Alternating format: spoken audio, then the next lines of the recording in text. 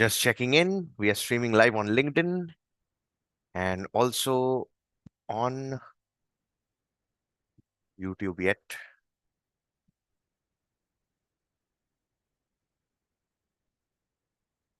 All right, here we are. Today in the morning, the alarm rang. And just like every single one of us, we have this little thing called the mind giving us directions. Should I not? Should I not? So the alarm rang. The first conversation instantly was, Arey, yaar, just 5 more minutes. Come on, just 5 minutes, not more than that. Little bit of a rest is needed, right? All of us, we need that little rest. Come on, today's Sunday. You have to chill out. The voice continued to increase in volume, in persuasion, in convincing, in negotiating. I had two options. Just like every day, I can continue go to sleep or maintain the 13th day streak of waking up, not just waking up, but ensure that I am making the most of the morning. So I just said to myself, we are just going to wake up and see how we feel. If we feel bad, we're going to go back. The first thing waking up is to dip the entire face in cold water. Cold water, if it's good to have ice water, in case if you don't, you can keep water overnight outside with all the dew and everything setting in, it is going to become cold. The best thing that I would do during my internship is dip my entire face in that water. Immediately, the water hits the head, the eyes pop up, and the moment you lift your face off, the face is burning. That is how I wake up. What about you? Now, you saw the way I started. Now, imagine if I'm speaking in a conference or a hall or a group of people, maybe in some kind of a banquet hall or any meeting presentation with my team and all, starting every single conversation with a story. Don't you feel that it's going to keep instantly get the audience hooked? Now, today's live is all about breaking down those subtle elements of connecting with the audience. If you can check the thumbnail, it says the hidden secrets. Let's look at it in this manner. You are speaking. I'm not even considering whether you're speaking on stage. You're just separated out from a group of people and you are sharing your thoughts and perspectives in a very organized manner. And that is what public speaking is all about. At the same time, whom are you speaking to? It's your audience, right? So at the end of the day, it's you on one end, it's the audience on the other end, and the whole episode of you speaking becomes a hit when your audience is able to understand, accept, and process every single thing that you wanted to share in an organized manner. So now my question to you, and you can put this in the chat, is it really about us speaking or the audience understanding? I mean, we've all seen those great teachers and professors and team leaders, or even to some extent the whole owners and business owners and CEOs, C-suite level people. When they speak, we don't even feel like listening, and we kind of judge them by saying things internally. Okay, how did this particular person get this particular role? It's two different skills, let me tell you. Being good at your job and leading from the front and communicating the same to your team members, handling your team, two different, completely different skills. Unfortunately, we are expected that, oh, someone is good at their work, so for sure they're going to inspire their team members to do the exact same work, just like how they did, and literally create clones and replicas of the same. That's not how it works. So let's also rewind back a little bit on what have we discussed so far. If you've been watching the lives, we, of course, the initial live was just me talking about what's the plan and what's the agenda. But then the next live was all about understanding step-by-step format of public speaking. What to do even before you start. How do you start? How do you speak? Body language, vocal variety, all of those things. How do you end? That was the first live. The second live, which was yesterday, was all about different forms of stories, how stories is the link that connects you to your audience in the simplest and the most effective manner, because it integrates loads and loads of things put together, and everybody feels relatable. Most important thing is you're more authentic, you're more transparent, you're more vulnerable, and all of those different emotions that gets created, the hormones that get circulated just by sharing stories. Today we are working on that exact hidden gem, but working on it from the perspective not as a speaker, but connecting with our audience. So I have my mind map with me. And for those of you who are concerned that, oh, Surideep, I'm not able to get the mind map. So what mind map are you talking about? I would love some notes here. So just a couple of very quick updates. If you're new here, please make sure that you hit that like button, subscribe, follow, hit the bell icon so that every single time I come live, you can literally show up live itself and you can literally talk to me. So that's the way that I've kind of set up everything, where you can very easily talk to me and I'll be able to see it in front of my eyes.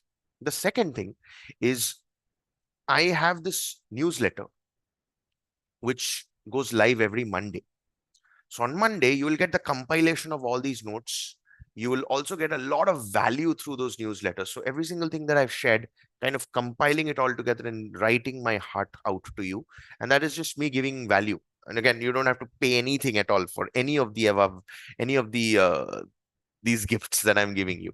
The third is the fact that I'm documenting all these learnings. I'm also going to be organizing them in a very crystal clear manner, in a very simplified manner, in the form of blogs. So if any of you have any kind of doubts, I can straight away send you there. You can go through, and then again, you can kind of interact. And I'm also in the process of building a lot of multiple AI chatbots that can help you with respect to those specific topics itself. Okay. So I just wanted to clear all this air before we get started. Now let's get started with the topic. The first thing to understand is, when you begin to create your storytelling truth, which is the list of stories. Yesterday I told you about the Excel sheet, right? You have your serial number, your story headline and a synopsis, the emotions it evokes, the observations, the learnings, and the type of the story.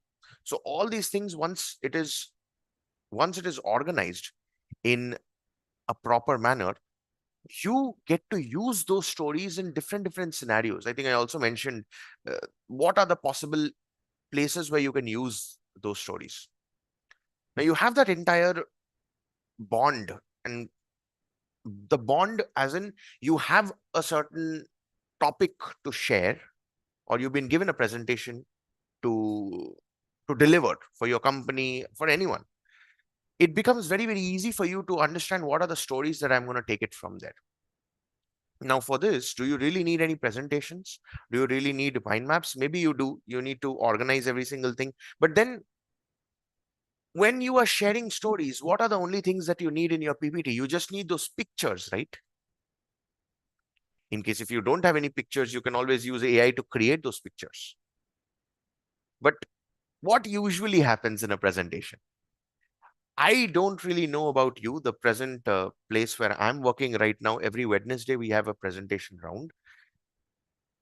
And personally, for me, it gets slightly difficult to stay committed and focused from beginning to end in the presentation, because the PPT, the material that they're sharing about the topic, that takes over.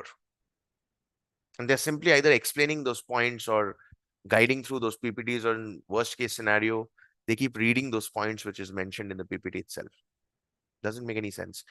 The same thing used to happen when I was in college. There were a couple of opportunities we were asked to present certain topics.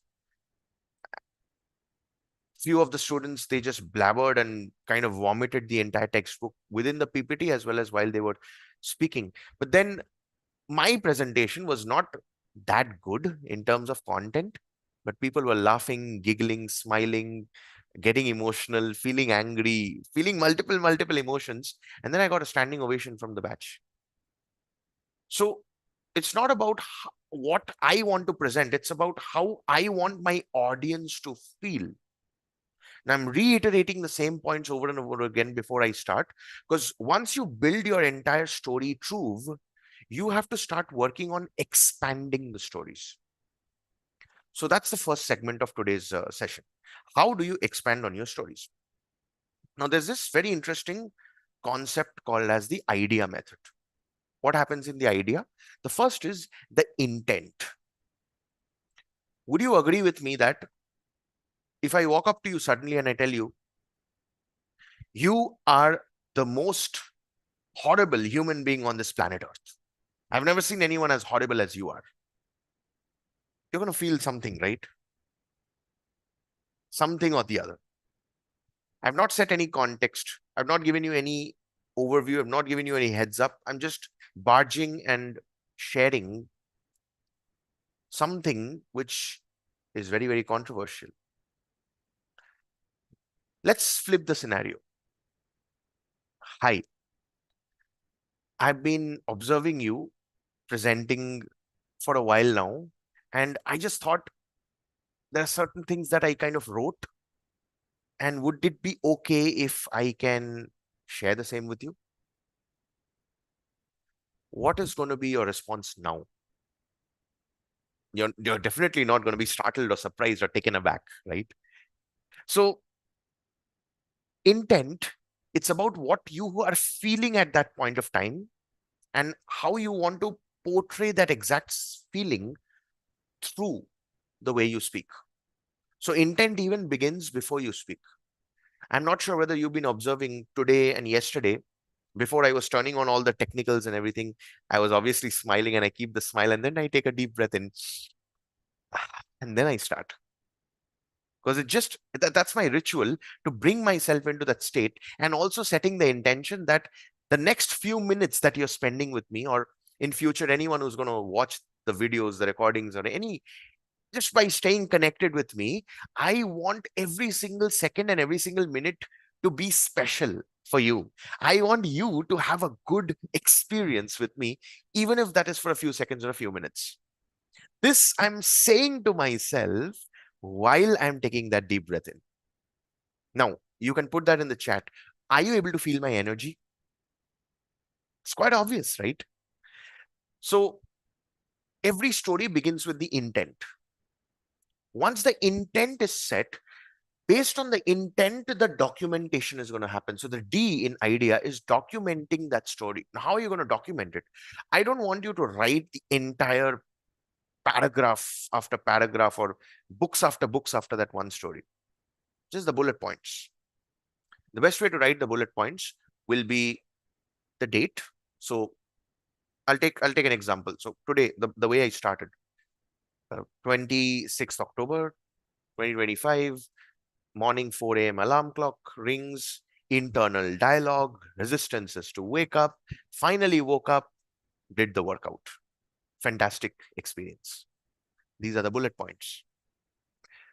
The moment you place those bullet points, even if you look at that same points a month later, a year later, 5 years later, 10 years later, you will remember because of your bullet points. And another very good thing that will happen is it will hold on your memory. So you're actually protecting yourself from diseases like Alzheimer's or dementia. So that's the D.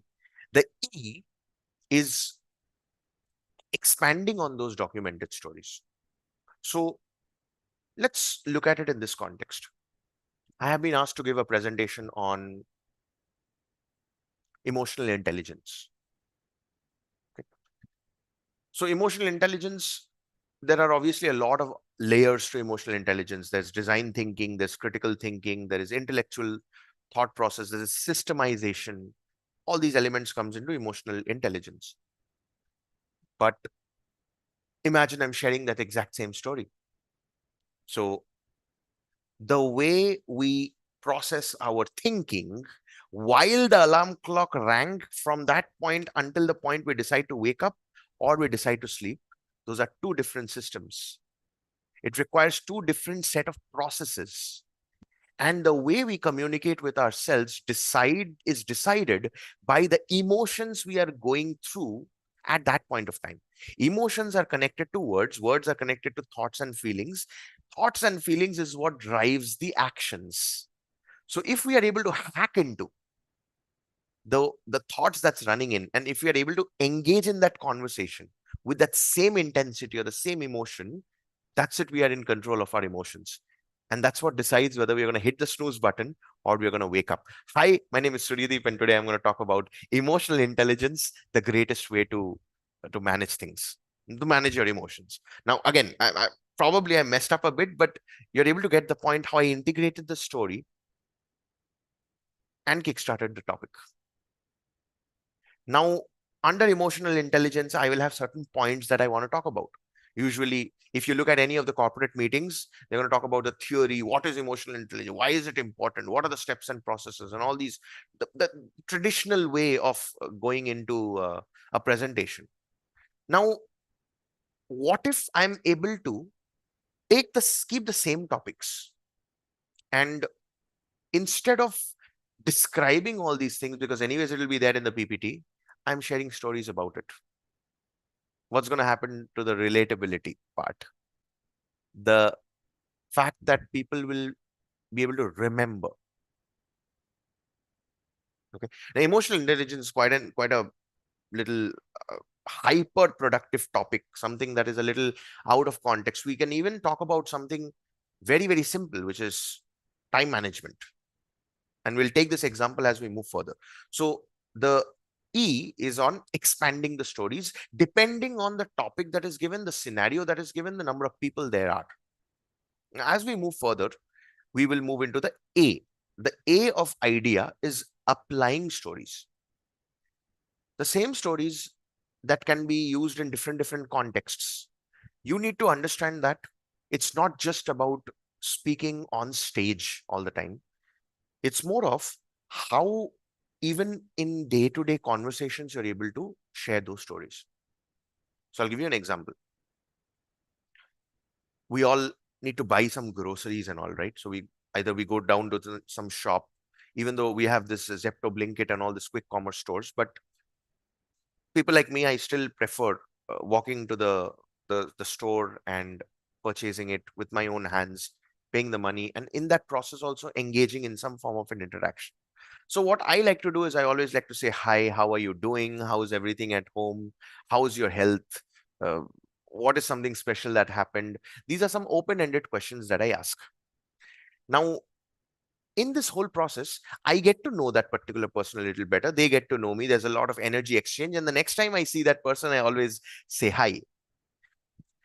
While I do this in every single city that I go, if I stay for a week or two, the entire place gets to know me.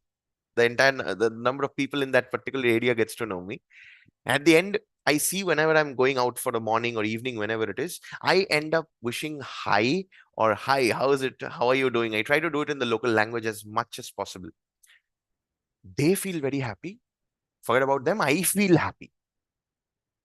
And at the end, that's what makes me realize happiness is all about exchanging smiles every single day, day in and day out, isn't it?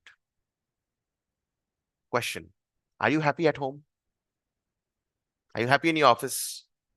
Are you happy with your colleagues? Are you happy with your boss? What did I just do right now? By the way, this is a true story, very simple story.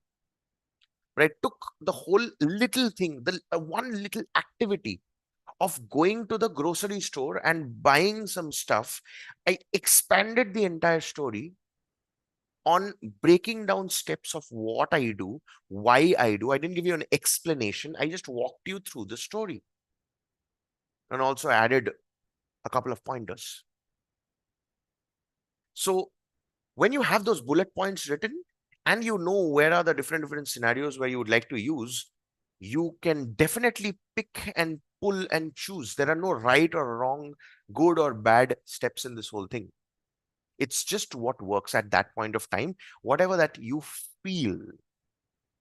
And of course, if you really want that hand holding, you're more than welcome to join the cohort, the live cohort, where I'm literally going to hand hold you and teach you how to do it with you, make you do it. That's more of an hands-on experience, but you get the idea. Moving further, now that we've understood the idea concept, we will get into the next part, which is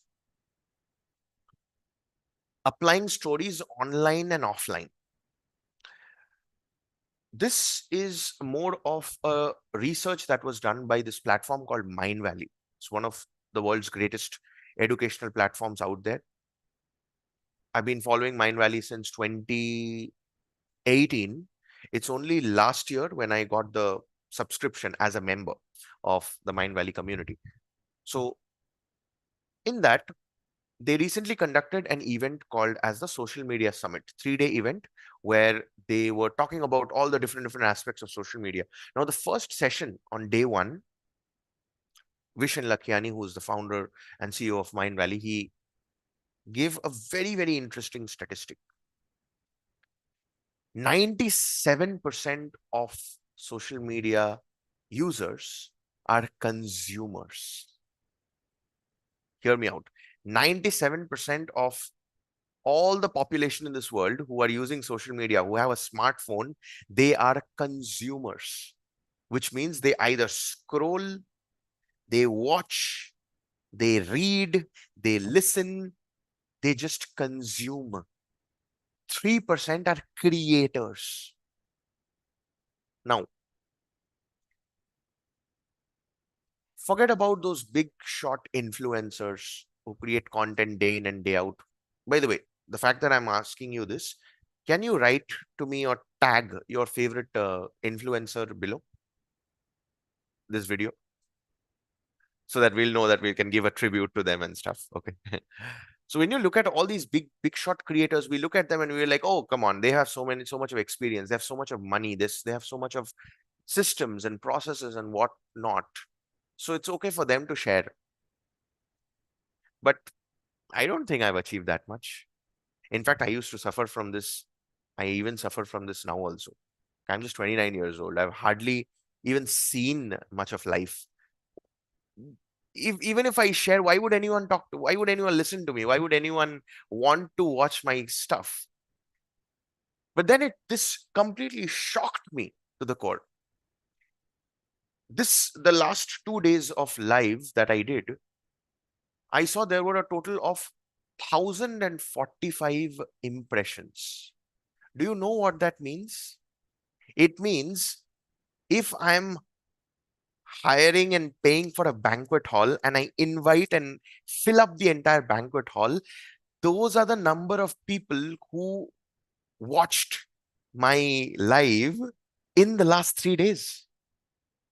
Similarly, in YouTube, I saw in my last two lives, it's 6 and 1, which means 7 people, 7 actual human beings felt that this was the time well spent.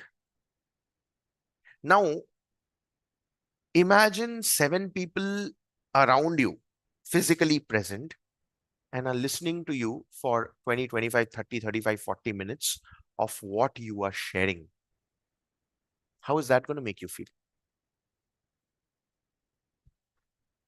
And let's face it, whether you are 9, 19, 29, 59, 99, you have certain experiences in this planet Earth. You have perspectives, you have beliefs, you have stories, you have your hard times, you have your good times, you have all these different emotions that you went through, all the learnings that you've been through, all the things that you've learned by failing, all the things that you've achieved. Don't you think it's your responsibility to share that with the world? Let me also put it in this manner. Whether you like it or not, know it or not, aware of it or not, you must have shared with someone or the other. Parents, siblings, relatives, colleagues, best friends. And at some point of time or the other, you must have helped someone with that story, with that experience, with that incident, perspective, belief, whatever it is. Why not help some more people? When you organize that in a beautiful manner through stories, people find it relatable. This whole episode, the last 5 to 6 minutes, whatever I shared, if you observed, I storified it. I didn't give you gyan of what to do. I just constructed a hypothetical scenario, and these are called as hypothetical stories, a part of the reporter method that we spoke about yesterday. If you haven't checked it out, please do go check it out. What happens in a very, very nice manner is when you start sharing stuff online, it becomes easy for you to interact offline as well. Why am I able to say this? Because back in Toastmasters, I'm talking about the year 2020, end 2021, all the way to mid 2022. I was there in Toastmasters for 1.5 years. And in that entire 1.5 years, I think I just went for 4 or 5 in-person Toastmaster meetings.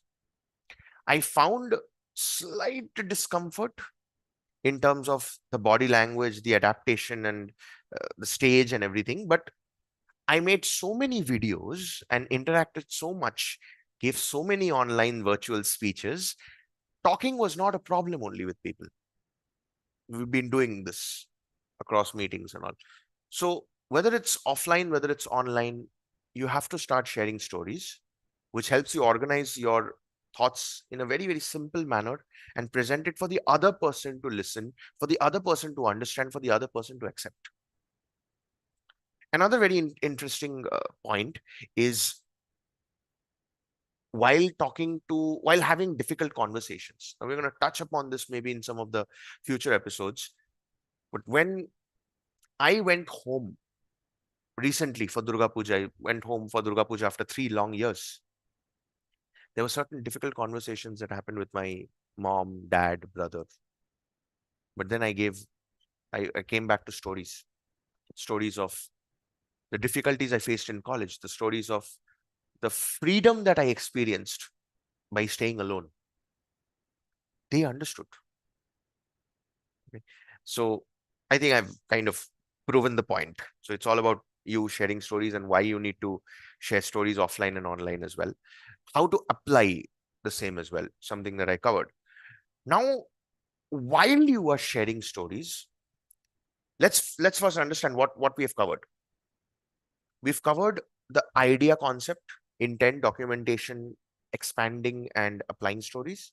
We've also understood how to apply and why to apply stories in both personal and professional life. Why are we doing this? So that we can connect with our audience better. But even in the whole concept of understanding your audience, you have to know what are the audiences thinking. Now, every single time I've asked anyone who is about to give a presentation or in the office setup or Toastmasters meetings or mentoring someone, helping someone, guiding them with their speeches and all, the only thing that I get from them is, oh my God, I'm not sure how will I do it. Will I be able to organize my thoughts and put it properly? I'm feeling very nervous. I'm feeling very scared. And it's all about, always about me, me, me, and me. Then when I flip the question and I ask, what do you think the audience would want from you? The people who are listening. We are so self-absorbed and self-critical with fear. Again, fear of the unknown, okay? That we completely fail to understand that there is a group of people whom we are speaking to. So it really doesn't matter how I speak, what I speak, until and unless the people I am speaking to, they are getting that impact. The outcome is to bring in some form of a transformation, right? To deliver value for the audience. They need to feel good. So for that, you have to understand your audience properly. There are two kinds of audience members. One are more analytical. So they think from the left brain, numbers, statistics, incidents, not exactly incidents in terms of uh, credentials. So jargons, jargons are like complicated industry terminologies. So if I'm talking to dentists and if I talk about uh, what's that called? Uh, Amyloblastoma, and their brains are going to get fired up. Okay, these are the usual toppers of every batch and all that. You know them already. And then there's the other kind of audience. incidents, stories, experiences, emotions, feelings. That's what kind of bulbs them on. Now there is also another type of audience that loves in switching between back and forth between the analytical side and the emotional side. Emotional side is right brain. The way you are able to interact with all your audiences is what is going to give them the impact. How do you do that? The first thing you have to understand is who you are as an audience. Because until unless you're clear about you, there's no way you can even consider thinking about others. So keeping these three aspects in mind, the left brain, the right brain, left brain is analytical, right brain is emotional, and of course seamlessly going on between each other. We'll also go into the different types of audience across the four aspects. Of course, we can always expand on this a little bit, but I'll keep it to this four. So I call it as the ABCD formula. The A is called as the angel audience. Angels are, they are the loveliest human beings. They just listen to you. They are always active. They are answering whenever you tell them to raise their hand. They're raising the hand. You tell them to type something, they'll type something. Angel audience. Second is busy audience. They're always busy doing something, scrolling their phones, talking to the other person, doing something else while you are speaking, maybe busy taking notes while you are speaking. Uh, Again, I wouldn't really call that they're irritating, but they're busy in their own world. Third, C is the committed audience. Committed audience is always ready to take action. If you tell them to scream, they're going to scream. They're the ones who will walk up to you and they will tell you what are the things that they liked every single time you spoke. What are the things that they're going to take away? What are the stuff that they're going to implement? All of these things, they are ready. And these are the audience that will become your greatest flag bearers and cheerleaders. So in right now that I'm doing, the fact that I'm doing live, even if I have 100 to 1,000 committed audience, even if I don't have a million followers or subscribers and all, it really doesn't matter. Okay. The action takers, they are the biggest ones. And then finally, D, I like to call it as the dawn audience. Dawn audience are like, they're always watching you with a grin in their face, doubting you, challenging everything you're saying, cross verifying it with their perspectives. They have a filter layer, and every single time you are telling anything in this world, they're going to uh, try to absorb and take something, not take something. At times, they might even go away if they don't enjoy. For me, I am a mixture of all these four types at a personal level. Purely depends on the speaker if they are able to put me in the right bracket with the way they speak. So that's why, in order to take control of all these different audiences at your fingertips, what you need to do is integrate stories. So the way that I pick stories is stories of analytics, as in my marks, school marks, college marks, professional salary negotiation stories, how I was able to get that additional 20,000, 30,000 per month, negotiated the deal, those kind of stories. Okay. So you look at the audience and you kind of blend in multiple such stories to prove your points, and you already have taken control of the audience. Again, I'm just telling you in theory. How to do it in practical? Maybe when I get invited in your school, college, company, your office, and you literally see me do it. That's when you'll get the idea. Or you join our cohort and I give you the scenario and you start talking. That's when I tell you what are the stories that you can use. Okay, so I'm just giving you examples. I don't want to go too deep right now. Finally, the three things that we've understood, what can you do from today? What are the action steps that you can straight away take from today? The first action step is every single time you get a message over WhatsApp or uh, Facebook or Instagram, LinkedIn, instead of writing it out, try to record a video. and try to share a story within a couple of seconds. You will get these kind of weird calls, right? I'm not about you. I get credit card calls and different calls. So just one moment.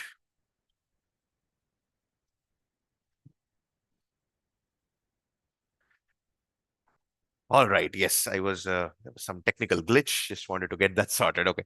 So every single time you are given an opportunity to speak, you will realize that there are certain stories that will fit in by default. And as you do this more and more number of times over video, okay, when people are uh, when you people are talking to you, instead of just telling them something, just send them a video. Once you make that as a habit, you will soon start becoming more comfortable sharing stories. When you meet people, share stories, ask them for their stories, share your perspectives using stories, make that as a part of your daily habit. The best part is promise yourself that I'm going to share at least one story today, and I'm also going to ask someone to share a story with me. It's crazy how much you can learn and grow with the power of stories. So I think today's live, we just ended a little too sooner. What's in store for the rest of the week? The upcoming week is going to be a crazy one. We will dive deep into the concepts of evaluations. How do you evaluate yourself? I hear so many people asking me, Suryadeep, I want to speak like you. I want to get started with my speaking journey. I just want to make videos or everything. I want to start with my public speaking or communication, but who is going to evaluate me? So we're going to dive deep into that self-evaluation, evaluating others and all that. So that's one. Second is we will get into the depths of body language, vocal variety, all these elements. We will try to understand audiences at a deeper level. We will understand how to write and structure a speech. We will understand how to self evaluate a presentation based on the audience's response. We will also understand how easy it is in this world to make videos and put it out in this world, and the impact of making videos. So lots and lots and lots of things in store for the upcoming couple of weeks and months. You will see me deliver such live sessions where I'm going to decode every single learning that I've ever had over the last 6.5 years. So I'm completely emptying the cup, because while I'm doing that, I'm also learning. And when this entire journey gets over, you will see me bring in new learnings. How long will I be able to do this? I'm not so sure. Uh, there will definitely be certain corrections and time differences here and there because of my travel. Doesn't really matter. I want to show up live every single day. Not for you, for me. However, if you enjoy, it would mean the world to me if you can like, share, subscribe, share your thoughts. You can also just pour your heart out, whatever it is that you would like to share with me. You can check in and fill up a Google form, and you can write to me and suggest topics to me. You can also invite me to your company, your college, school, to speak and share. It would be my pleasure and honor. With that, have a phenomenal Sunday ahead. I want you all to know that I love you so much. Take care. Have a great Sunday.